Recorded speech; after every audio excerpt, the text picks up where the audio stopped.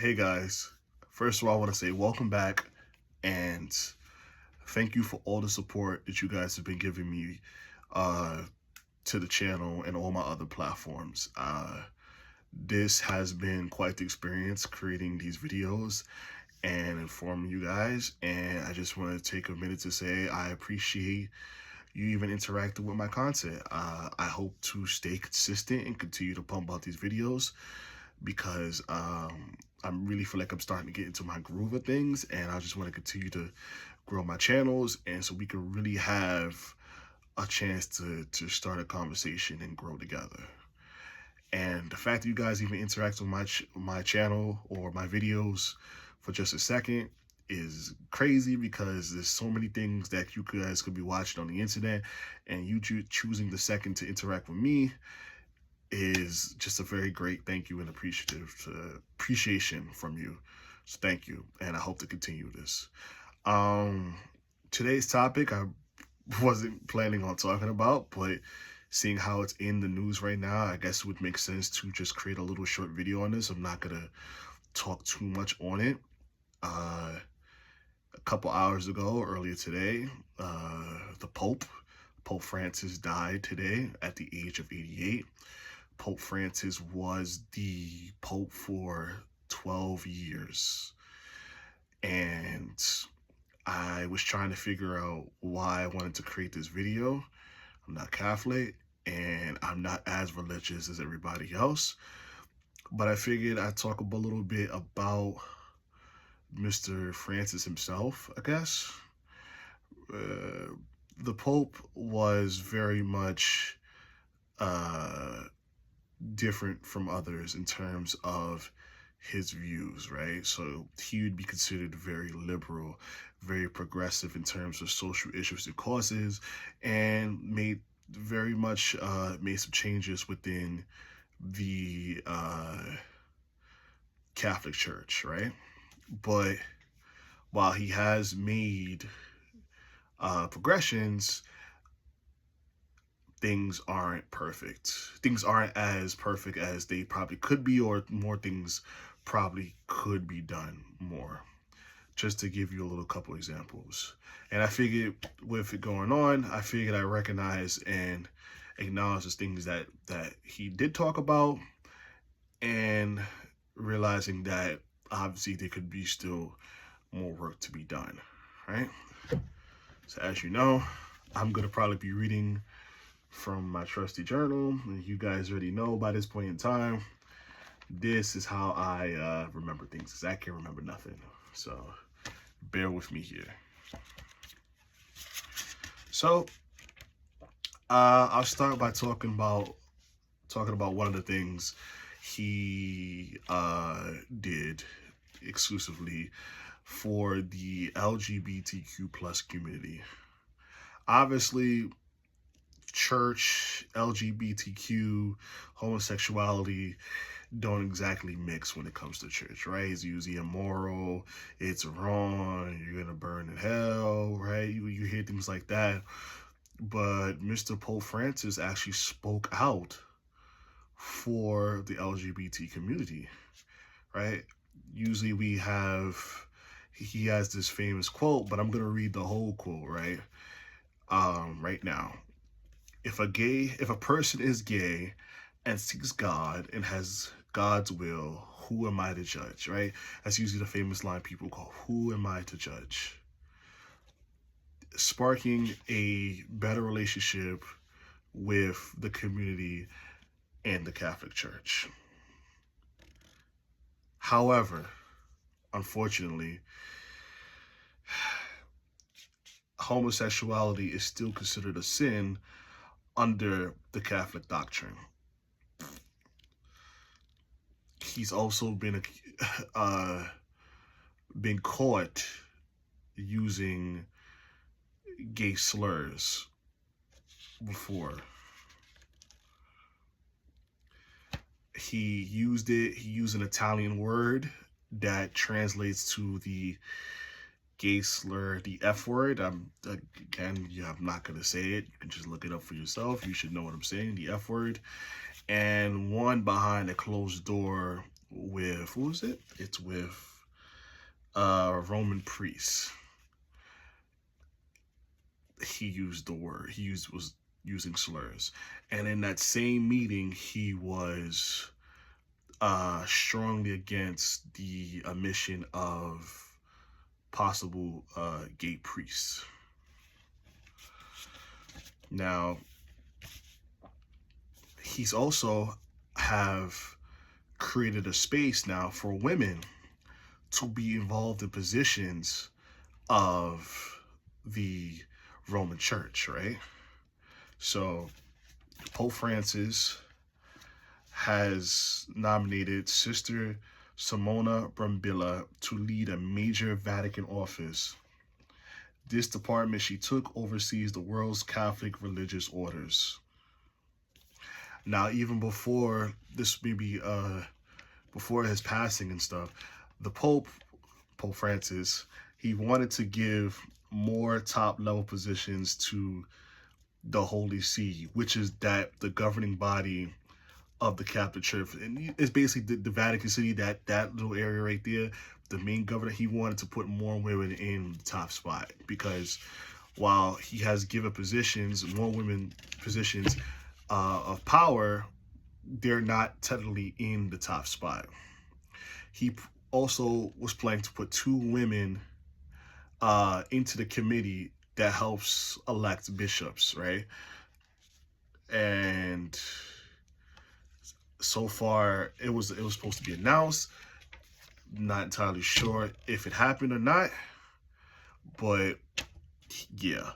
So while they have made progressions in terms of women, they are still not in the top positions. And in terms of the other elephant in the room, abuse and assault, Pope Francis is probably one of the few people I know. Pope Francis is one of the few times that I've ever heard any acknowledgement from the church, of any church, to acknowledge of things going on within the church. So one of the main things he wanted to do was expose the corruption that was happening within the Catholic Church when he first got initiated as Pope in 2013. An example is in 2018, and this example, it starts off bad, but in 2018, he made a trip to Chile to a Chilean bishop who was apparently being accused of abuse, to which he would have to backtrack because he ends up siding with the bishop and asking the accuser for proof of guilt. Now, he would backtrack, and he would eventually invite the Chilean bishops to the Vatican, where they eventually had to resign. He's also removed a priest, a U.S. There's a U.S. cardinal of the name of,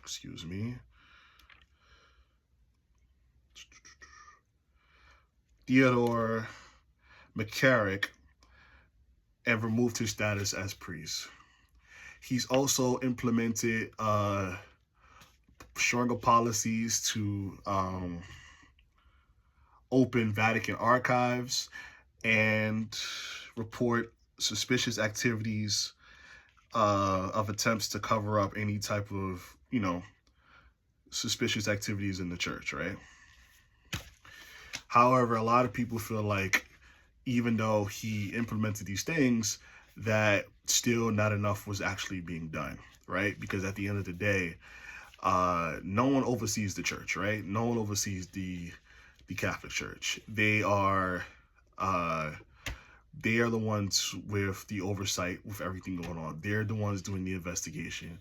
There is no outside source. And the confessional box, right?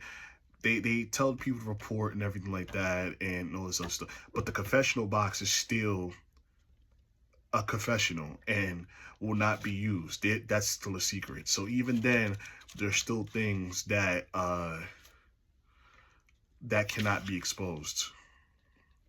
And few people feel like that's still a way of protecting the people within the church. And I wish I'll be able to explain it a little bit better. But for what it seems like it's not so much that it seems like he was stuck between a rock and his religion, right? And it seems like Pope Francis himself wasn't exactly perfect, right? In his views, he was very progressive, but in the same time, he had to go back on certain things, and the way how he spoke was still a little misguided. If only if he had still those Catholic views, right? Still within him. It's like a little internal battle. Who knows what kind of battles he was probably fighting within the Catholic Church himself.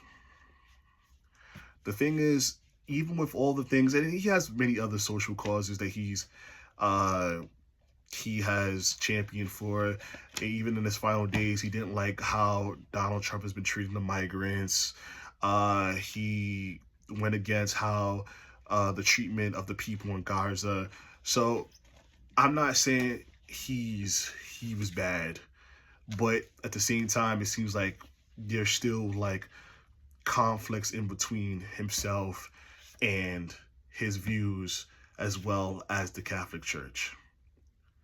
And I would say, based off the information, he seems to have probably done more in terms of pushing the Catholic Church into the probably a modern era than most, while still at the same time was not perfect himself and still had the view. It's like I said, it feels like it's very conflicted ideas and ideologies, conservative while mixed in with liberal as well. And funny enough, he picked most of the cardinals that's that are there, his advisors and stuff. So chances are whoever's gonna be the next pope will probably end up with someone closer to his views. And hopefully they can probably push those views, his views, closer and closer to the modern era as well. Here's the thing. The Catholic Church is like a government, right? It's about what, 2,000 years old, and they have conservative views, and for the most part their views has been the way. Their traditions have been their traditions, and trying to push something into the modern era is not going to exactly be easy. Even with Pope Francis's progressive ways, he would be a treatment to the symptom, but not the actual cause. So it's gonna probably take uh, more fight to push things to the forefront with the Catholic Church. But I just want to say that for the most part, after reading some of the things and stuff like that, while he wasn't perfect, and I don't blame people, especially people who had to deal with assault, right? Uh, I don't blame them for not exactly, if they don't mourn, if they don't feel any type of way towards him or anything like that. Because I've never dealt with that, so I can't exactly speak on their behalf. If anything, the message I probably would want to take away from this is the hope that his progressive side of wanting to make things different continues on to the next person who ends up taking over for him. And that's just all I want to say. So I will see you guys on the next one.